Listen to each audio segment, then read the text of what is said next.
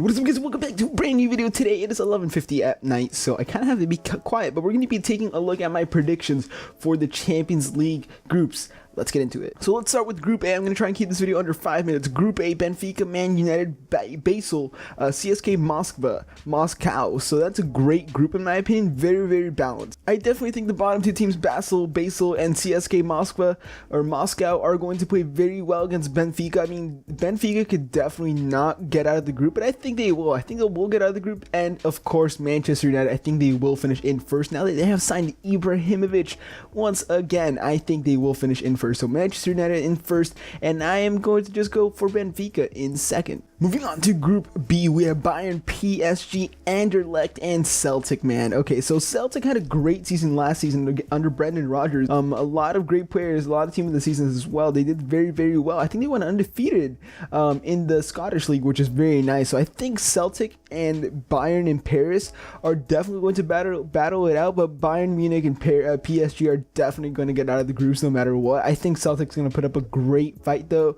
Could we see some upsets? I'm not too sure. Anderlecht, in my opinion, completely out of the picture. So yeah, I'm going to have to go for Group B, Bayern and PSG. Alright, in Group C, we're going to have Chelsea, Atletico Madrid, and AS Roma with Karabakh. Okay, Karabakh completely out of the question. Let's be honest here. Let's be realistic. No shade, no insults. Just let's be realistic, man. Roma, don't get me wrong, a great team. Do I think they're going to get out of the groups?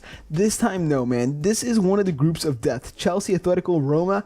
The way I see this finishing is Atletico in first, Chelsea in second, and Roma in third. Chelsea and Roma is going to be a great game, very balanced game. If Chelsea does play their best starting 11 against Roma's best starting 11, it's going to be a fantastic game. If every players on form, that's going to be even better. But it all honestly depends on Chelsea's squad depth, man. Do they have the squad depth? I mean, they didn't show that against Burnley. So do they have the squad depth? If they do, then I think they can get out of the groups, maybe even in first, sneak into first. But I definitely think Atletico, with their experience in the past couple years in the Champions League, with their squad depth as well, they have a pretty decent squad depth. I think they will finish out in first and Chelsea in second. In Group D, we have Juventus, Barcelona, Olympiacos, and Sporting CP. To be honest, okay, so Olympiacos definitely not going to get out of the groups in my opinion. Just, they're not. Let's be honest.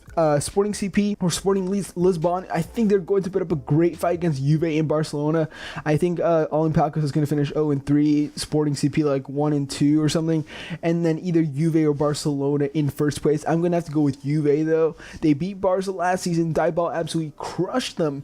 And Barcelona, man, it depends. Are they going to make a signing? Are they going to sign Dembele? Maybe they already have signed Dembele when you watch this video. I'm not too sure. But if they do sign Dembele, we're going to talk about that in Group H, by the way, then I think they will definitely boost their squad, but I still think they will finish in second. In Group E, we have Spartak Moscow, Sevilla, Liverpool, and Maribor. Okay, so Maribor, this is a pretty simple group, but at the same time, Spartak Moscow is a very, very solid team from, of course, Russia. Sevilla is definitely always going to be a force to be reckoned with in the Champions League and anywhere where you play them. So I think Liverpool are going to definitely put up a great fight, and I think they will finish in first in their group, kind of as I am kind of rooting for Liverpool in this Champions League and this season overall. I've been rooting for them since last season, but I could see them finishing in first place with Sevilla just right behind, and then Spartak Moscow just gonna we miss out in my opinion. But yeah, Group E, Liverpool in first and Sevilla in second. All right, in Group F, we have Shakhtar Donetsk, Manchester City, Napoli, and Feyenoord. This is going to be another very interesting group with very, very interesting fixtures, man. Shakhtar Donetsk, Feyenoord, I would want to watch that game. Napoli, Feyenoord, Man City, Napoli, Man City, Shakhtar. It's going to be some great games. In my opinion, none of those games are going to be kind of boring to watch. Same with Group G, which we will get into in just a second. But this is a very difficult group. I think Shakhtar and Feyenoord might finish tied at the bottom or something, or there might be a three-way tie or something. So it would be decided in goal difference. That's what I'm just going with. I think a goal difference thing was going to happen. Same with Group G probably. But I think Man City, with their squad depth now that they have added, which I think is a fantastic thing by Pep Guardiola, something that Antonio Conte has to work on, something that kind of Zidane has showed that works in the past in the past 2 seasons, the past season I guess you could say. But I could see Man City finishing in first place, and then I would have Napoli in second. I'm going to say by goal difference, just because if I do get it right on, then I'm going to call myself just the greatest. In Group G, we have Monaco, Porto, Besiktas and RB Leipzig. Okay, this is another group of death. In my opinion, you look at all those teams and you say, okay, they can get out of the group stage. Porto, probably one of the weaker teams in there. Besiktas have gotten some brand new players, man. Pepe being the standout player in defense. I know that they have signed a couple other players. I just can't name them off the top of my head. But of course, what's his name? Abubakar, I'm pretty sure plays for Besiktas. So, and I've heard he's been tearing it up lately. So Besiktas does look like a very strong team. RB Leipzig, a team to be reckoned with as well.